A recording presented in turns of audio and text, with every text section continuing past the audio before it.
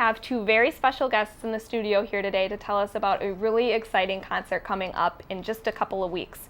We have Tom Washaka and John Harmon from Fire and Ice to tell us about this really cool opportunity. So gentlemen, first of all, thank you so much for joining us today. Thank you for having us. Yeah, it's great You're to have welcome. you. First off, show is on Thursday night, 7:30 at the Grand Opera House, May 26th, I want to say. Yes. Correct. And you guys will be up on stage jamming out. So you looking forward to it? Absolutely. Yeah, kind of a unique experience.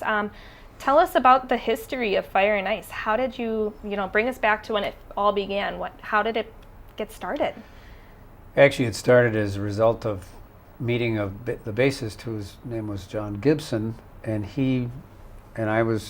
Tom was a student of mine. He was going to the university in Oshkosh and was a very bright student, and ultimately things kind of went, and I believe that we had this idea to perhaps put a little something together, John and I did, and his name came up, and the other fellow involved his name was Tony Wagner. He was the first drummer. And then after that shifted a little bit. Tom remained, I remained, John remained, and Tony Taylor joined. And then it went through a couple of changes. We had a couple of trumpet players from time to time. Okay. Quite the evolution. Well, then when Janet Planet and Tom Thiebaud joined, it took on yet another personality, another face, and it was very interesting combining those forces. So, And the rest is history, right? That's right. How long have, this performance is kind of unique. You haven't performed together for a while. When was the last time you've all been together on stage? This group probably 86, Oh my gosh. maybe the last time, yeah, something So- like that. 30 years. We continue to play or perform with each other, but it was never this group. Little this pieces particular group. here Yeah. and there. Right. Yeah. Okay. Can you give us a little bit of a preview of some of the songs you'll be playing? Have you kind of talked about that, doing some practicing yet? We've had one rehearsal. One rehearsal, we'll have another one. And thankfully, Tom Washaka saved an awful lot of the music because I don't have anything. But he and I did most of the composing for the group, so he was very diligent about hanging on to these pieces. So if it wasn't for him, there'd be a lot of music that we wouldn't be able to play. Oh, wow. Yeah, I had a bunch of the music that was in his original manuscript that I had tucked away, was able to find, and then between John Gibson and myself, we were able to put together a book. So we'll be playing all tunes from that era.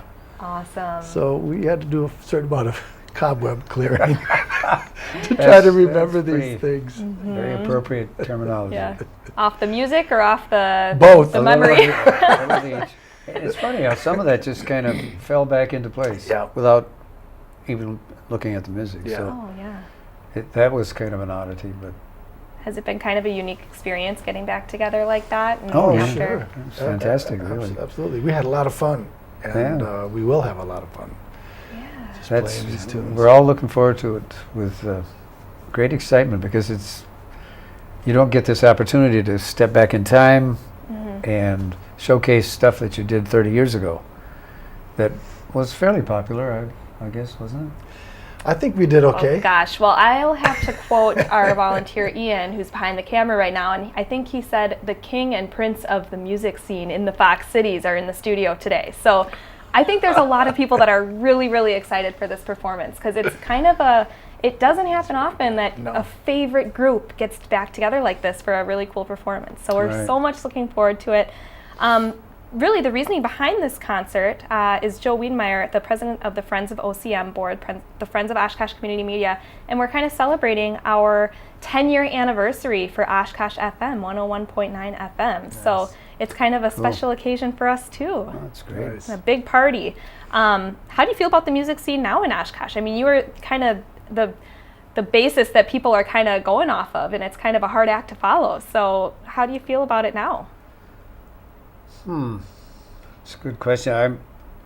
Tom and I both work in different situations, and we work locally. I play every Thursday nights at Manila, the okay. restaurant. Tom and his new group, KWT, plays at Beckett's. We'll play at Beckett's and at Manila. But I think the scene is alive and well. And I've talked with many musicians just in the recent past, and they'll gig in Appleton or Green Bay, but Oshkosh is still the place where all these folks seem to gravitate. And there's a lot of wonderful advocates for the music. Chris Larson being one that pops to mind, and then Marlo at Manila. And Gardenias, Julie Walk at Gardenias. They run music, I think, still every Friday and Saturday. So it's a very healthy scene, I think. Yeah. Back in the early days of Fire and Ice, though, there was literally nothing. So we created our own situation we went to Fred's Bar, which was down on the river, doesn't exist anymore. And we just played for the door. We asked Fred, is it okay if we come in and we'll just do the door if we could have a beer or two? And he said, no problem. So we played there every Wednesday night for literally pennies. Oh, a long time. But that's how we compiled the book of music. And each week we'd come in with new stuff. Tom would have something, or I would have something. It was really fun. He was doing a lot of writing in those days. He'd bring in maybe 2-3 tunes a week, and we'd just play them. And I really enjoyed that part of it. It really kept us on our toes. Oh yeah, kind of coordinating and working together. Absolutely. We were sight reading stuff. Yeah. It's kind of cool. A lot of creative juices flowing. Absolutely. Yep. We had a high point one night. Of the many months that we were there, we made $11 a piece, which was a total record. Living large. Whoa! But these were $1980. I know. What would they be today? I was going to say, it probably buy you quite a few drinks too. So, you said that you guys you play at Manila and you play at Beckett's. Any other places that we can see the other musicians from Fire and Ice playing in town nowadays? Oh gosh, Tom Thibault plays all over the place. He plays at Gardenias. He plays at all three of those places as well. And then he'll also perform with Janet. And Janet mainly plays at Beckett's.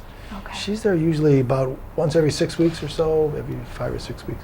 Awesome. Check the Beckett's website. Yes. And, there's, like you said, the music scene is alive and well here in Oshkosh. The Scene magazine actually is a great resource to find out where the latest shows are going to be, and definitely got to come out and see you guys sometime. But we're just about out of time for our little segment here, so I got to get the time again. Thursday, May 26th, 7:30 at the Grand Opera House. Yes. You can get tickets at the Grand Opera House box office. Yes. Yep. And I think we can find more information at the Friends of OCM website, which is friendsofocm.org. And a couple different price ranges for the tickets, depending on where you want to be sitting. But got to get them soon because they're going to sell out. I have a feeling it's going to be a great show. I think it will. Yeah. So Tom and John, thank you both so much for coming in today. It was a pleasure talking to you, and we can't wait to see you performing in Thank you, a couple Emily. weeks. You too. Thank you.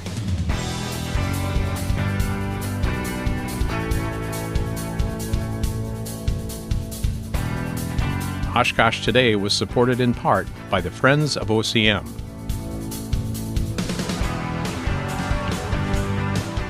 And Aurora Healthcare, 855 Northwest Haven Drive.